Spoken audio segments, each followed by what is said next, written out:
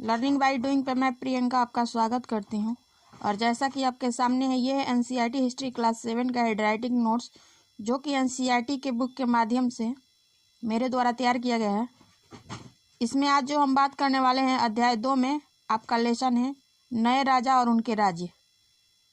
तो इनके बारे में क्या दिया है, तो दिया है दोस्तों कि 7वीं शताब्दी के बाद कई राजवंशों का उदय हुआ और उपमहाद्वीप के विभिन्न हिस्सों में 7वीं से 12वीं शताब्दी के बीच शासन करने वाले प्रमुख राजवंशों को दिखलाया गया है।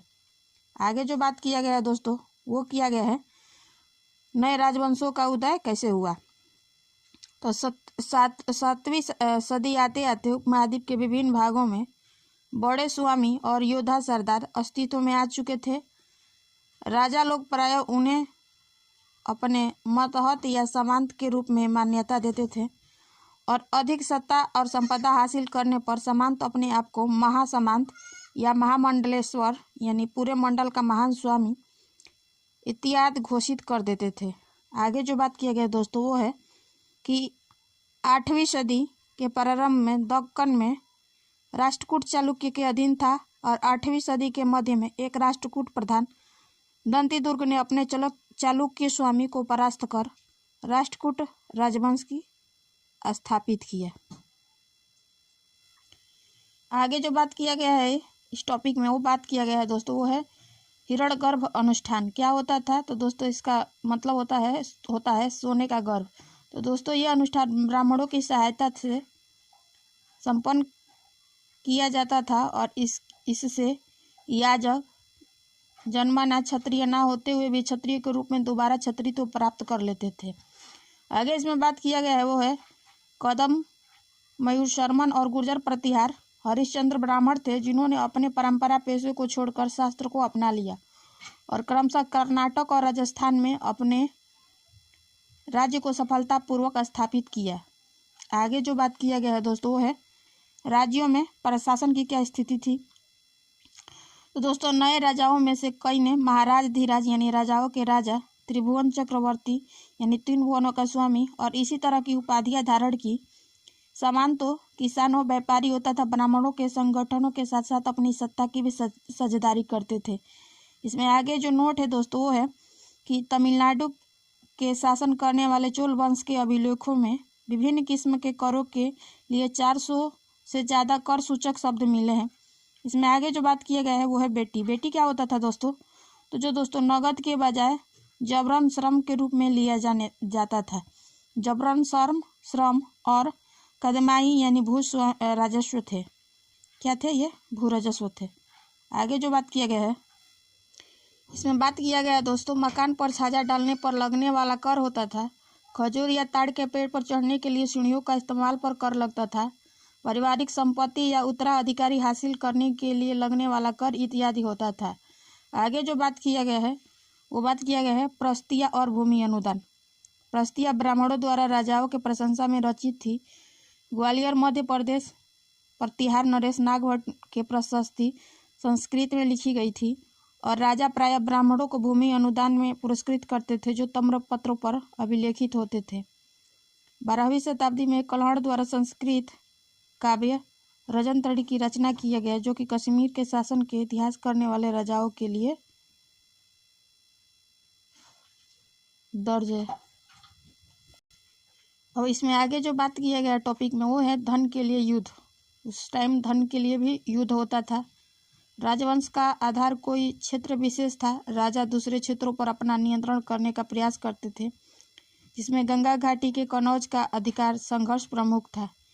त्रिपक्षीय संघर्ष थे दोस्तों। गुर्जर प्रतिहार, राष्ट्रकूट और पाल वंशों के शासक सदियों तक कनौज में के ऊपर नियंत्रण को लेकर आपस में लड़ते रहते थे। आगे जो बात किया गया है दोस्तों, वो है अफगानिस्तान में गजनी का सुल्तान मोहम्मद गजनबी 997 से 1030 तक शासन किया और अपने नियंत्रण का विस्तार मध्य एशिया के भागों, ईरान और उपमहाद्वीप के उत्तरी पश्चिम हिस्सों पर शासन किया। सुल्तान महमूद गजनी का जो निशाना था वो संपन्न मंदिर था। महमूद गजनी ने गुजरात के सोमनाथ मंदिर पर कई बार आक्रमण किया। आगे जो बात किया गया है वो है महमूद गजनी ने उपमहाद्वीप में लेखा जोखा लिखने का काम अल बरूनी को सौंपा था, जिसने अरबी में किताब उल हिंद को लिखा था। आगे जो बात किया गया है वो चौहान वंश के बारे में बात किया गया है। तो दोस्तों चौहान बाद में चौहान के रूप में जाने गए।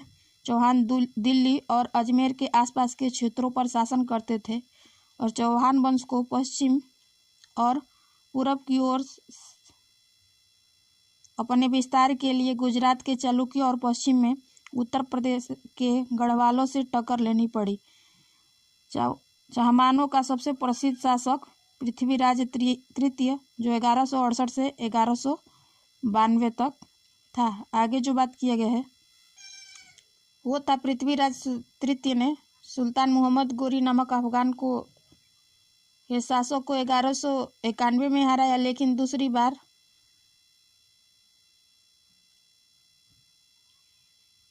दूसरे ही साल 1192 में उसके हाथों से क्या हुआ, हार गया।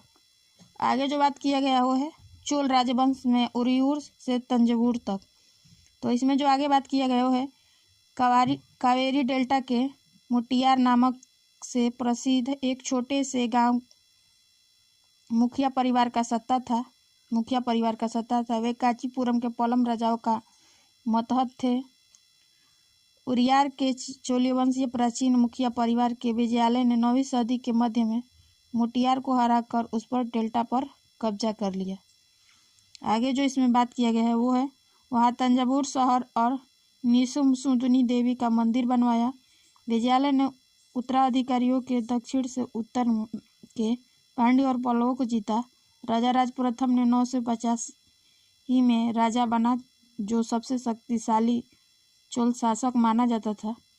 राजेंद्र प्रथम राजा राज के पुत्र ने गंगा घाटी, श्रीलंका तथा दक्षिण पूर्व एशिया के देशों पर हमला भी किया। इन अभियानों के लिए उसने एक जल सेना भी बनाई। और आगे जो टॉपिक है वो है भय मंदिर और कांस्य मूर्ति कला, जिसमें चोलकालीन की बात की गई है। तो दोस्तों राजा राज और राजेंद्र प्रथम तंजावुर और गंगोई चोलपुरम पर अनेक मंदिर बनवाए। मंदिर सिर्फ आराधना के केंद्र नहीं थे, वे सामाजिक और सांस्कृतिक जीवन के भी केंद्र थे। मंदिरों के आसपास पुरोहित, मालाकार, बावर्ची, मेहतर, संगीतकार, नर्तक इत्यादि की बस्तियां थी। और आगे जो बात किया गया है वो है मंदिर शिल्प केंद्र के रूप में उभरे और उत्कृष्ट काशी प्रतिमाओं में चोल काशी की प्रतिमाएं थी।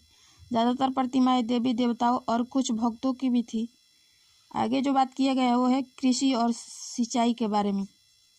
तो कावेरी नदी बंगाल की खाड़ी में मिलने से पहले कई शाखाओं में बढ़ जाती है, जो जल निक्षेपण द्वारा उपजाऊ भूमि को सींचती है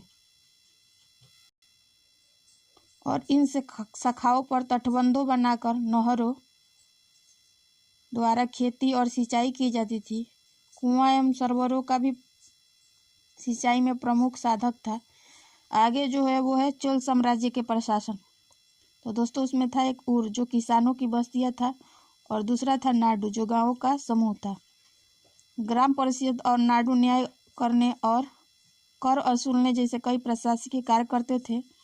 नाडु के कामकाज वेलाल जाति के धनी किसानों पर नियंत्रण था और धनी भूस्वामियों की उपाधि और राजकीय पद दिया जाता था।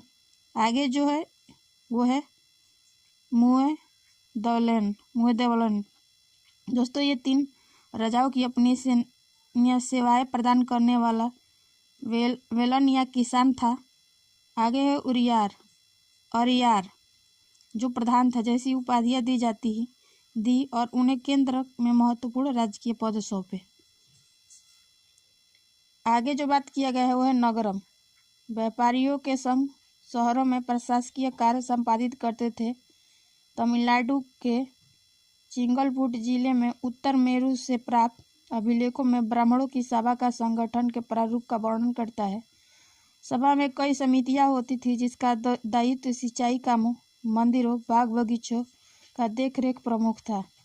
आगे जो बात किया गया है और समितियों के सदस्यों का चुनाव लॉटरी पद्धति द्वारा किया जाता था। चोल अभिलेखों में भूमि के कितने प्रकार थे, तो चलिए इस पे बात करते हैं। तो इसमें जो बात किया गया है वो है बेलनवा गाई। दोस्तों ये था गैर ब्राह्मण किसान स्वामी की भूमि होती थी। दूसरा था ब्राहदेव जो ब्राह्मणों को उपहार में दी गई भूमि थी। तीसरा था शाला भोग जो किसी विद्यालय के रख रखाव के लिए भूमि थी। और चौथा था आपके सामने वो है देवदान तिरुनमटकनी जो मंदिरों को उपहार में दी गई भूमि होती थी। और पांचवा था पलिचंदम जो जैन संस्थाओं के दान में दी गई भूमि होती थी। आगे बात करें, आगे अन्यंत्र में बात किया गया है तांग वंश से युग का चीन। तो इसमें बात किया गया है दोस्तों वह 7वीं सदी से 10वीं सदी तक। दोस्तों राजधानी सियान दुनिया के बड़े बड़े नगरों में से एक थी जहां तुर्की, ईरानी, भारतीय, जापानी और कोरियाई आया जाया करते थे। तांग साम्राज्य में नौकरशाही परीक्षा के माध्यम से नियुक्ति होती थी और अधिकारियों में के चयन की यह व्यवस्था कुछ बदलावों के साथ 1911 तक कायम रही। तो दोस्तों इस तरह आपका अध्याय 2 जो है समाप्त होता है। मुझे उम्मीद है कि इस हैंडराइटिंग नोट से काफ़ी हद तक आपको प्रॉफिट मिले। तो हमारे वीडियो को लाइक, शेयर और चैनल को सब्सक्राइब करें और आगे वीडियो अपने फ्रेंड्स, कलीग्स या आप जिनसे कनेक्टेड है उनके यहाँ शेयर कर सकते हैं। फिर मिलेंगे नेक्स्ट वीडियो के साथ। तब तक के लिए धन्यवाद। आपका दिन मंगलमय हो।